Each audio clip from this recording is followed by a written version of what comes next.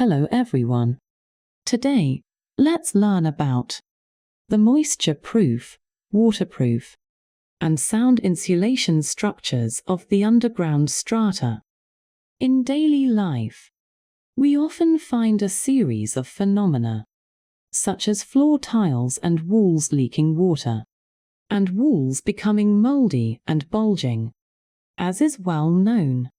In our southern region, the indoor environment of a single-floor building is generally relatively humid, due to the capillary action of underground soil.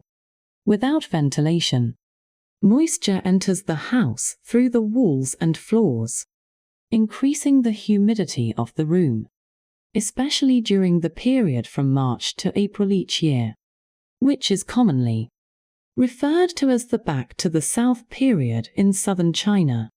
Temperatures begin to warm up when humid air with higher temperatures comes into contact with buildings with lower temperatures. It is easy to produce condensation water, making the phenomenon of room humidity even more severe. Due to the above reasons, it can also cause the scene we just saw, such as the ground, walls, and even furniture, to become moldy, breed bacteria, and affect the durability of the structure, the beauty of the building, and human health. Therefore, it is essential to take moisture-proof measures for buildings, especially for the first floor and basement of the building. Firstly, let's understand the moisture resistance of the building strata. So, let's now understand the measures for moisture-proof treatment, which include moisture-proof layer, insulation layer, and elevated strata. The first measure is to fortify the tidal layer. There are mainly two methods. One approach is to install a moisture-proof layer between the concrete cushion layer and the surface layer to prevent moisture from rising to the ground. The specific method of moisture-proof layer is to first brush a layer of cold primer oil as a bonding layer, and then lay hydrophobic hot asphalt or polyurethane waterproof coating. 2. Another method is, under the concrete cushion layer, to lay a layer of uniformly sized pebbles, crushed stones, coarse sand, and so on, to cut off the upward channel of capillary water. The second measure is to install an insulation layer. Indoor moisture is mostly caused by the large temperature difference between the indoor and outdoor floor layers. Installing insulation layers can reduce the temperature difference and also play a certain role in moisture prevention. There are two main methods for setting up insulation layers. One approach is, in areas with high groundwater levels, to install an insulation layer between the surface layer and the concrete cushion layer, and to establish a waterproof layer beneath the insulation layer. The purpose of setting up a waterproof layer is to prevent water vapor from rising and entering the insulation layer, thereby reducing the insulation effect. 2. Another method is, on the ground with low groundwater level and dry soil, to lay a layer of 1 to 3 cement slag or other industrial waste as insulation layer under the concrete cushion layer. The third measure is to create an elevated formation. Place the bottom plate of the stratum on the ridge wall to elevate the stratum, forming an empty layer, and open ventilation openings on the wall to create a ventilation channel between the stratum and the soil, which can carry away underground moisture. Usually, areas such as kitchens, bathrooms, balconies, and so on are prone to water accumulation and leakage. In daily life, leakage of floor slabs often affects neighborhood relationships. endangers residents downstairs, causes furniture and walls to mold and rot, and even endangers the main structure of the house. Therefore, in order to prevent leakage, we should take measures in drainage and waterproofing of the building floor. Firstly, the drainage measures on the floor. There are mainly the following methods. 1. To facilitate drainage. The first step is to set up a floor drain and make the ground slope from all sides towards the drain. The drainage slope is generally 1% to 1.5%, so as to introduce water into the floor drain. 2. In addition, the ground elevation of rooms with water should be 30 to 50 m lower than other surrounding rooms or corridors.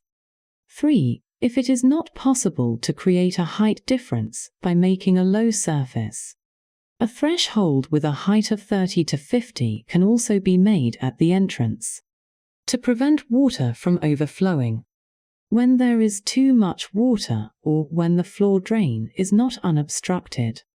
Secondly, waterproofing of the ground floor. For floors with waterproof requirements. For the structural layer, it is best to use cast-in-place reinforced concrete floor slabs. It is also best to use materials with good waterproof properties, such as cement mortar, Toronto flooring, or tile, ceramic mosaic tiles, etc. For the surface layer, to improve the waterproof quality, a waterproof layer can be installed between the structural layer or concrete cushion layer and the surface layer. Common waterproof materials include waterproof rolls, waterproof mortar, waterproof coatings, and so on. The waterproof layer should also extend at least 150 mm from bottom to top around the room, to prevent the wall from being eroded by water. At the entrance of a room with water, the waterproof layer should be laid at least 250 mm outside the door. The areas where vertical pipelines pass through are the weak links of the floor. There are usually two processing methods in engineering. First one is the surrounding area where ordinary pipelines pass through. Fill and compact with C20 dry hard fine aggregate concrete. Then use 2 cloths of 2-oil rubber acidic asphalt waterproof coating for sealing treatment. 2. Another type is when the heat pipe passes through a floor. First, at the heat pipe passes through the floor slab, embed a pipe sleeve with a slightly larger diameter. The sleeve should be raised about 30 mm above the ground, and then seal around the sleeve using the above method. Another factor that affects neighborhood relations is noise pollution. If the sound insulation of the floor is not done well, the footsteps, noise, furniture moving, and things falling on the floor from upstairs often cause great distress to the residents downstairs. Finally, let's learn about the sound insulation of each floor together. The key to floor sound insulation is to isolate impact sounds, and we can improve it from the following 3 aspects. 1. Adopting elastic flooring. Lay elastic materials on the floor, such as carpets, rubber mats, plastic mats, soft wooden boards, and so on, thereby reducing the vibration of the floor slab and weakening the energy of the impact sound source. By adopting this measure, the effect is very significant. 2. Adopting elastic cushion layer between the structural layer and the surface layer. Adding an elastic cushion layer can reduce the vibration of the floor slab and achieve sound insulation. The elastic cushion layer is generally made of sheet, strip, or block materials, such as wood wool board, sugarcane board, cork sheet, mineral wool felt, and so on. This type of surface layer and structural layer are completely separated. To prevent the formation of sound bridges, we usually refer to this practice as floating floor slabs. 3. Adopting a suspended ceiling.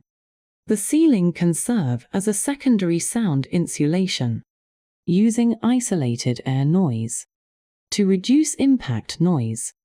In addition, the use of elastic connections between the suspension bars and the floor slabs can greatly improve the sound insulation effect. This lecture concludes the introduction of moisture-proof, waterproof, and sound insulation structures for building floors. Thank you.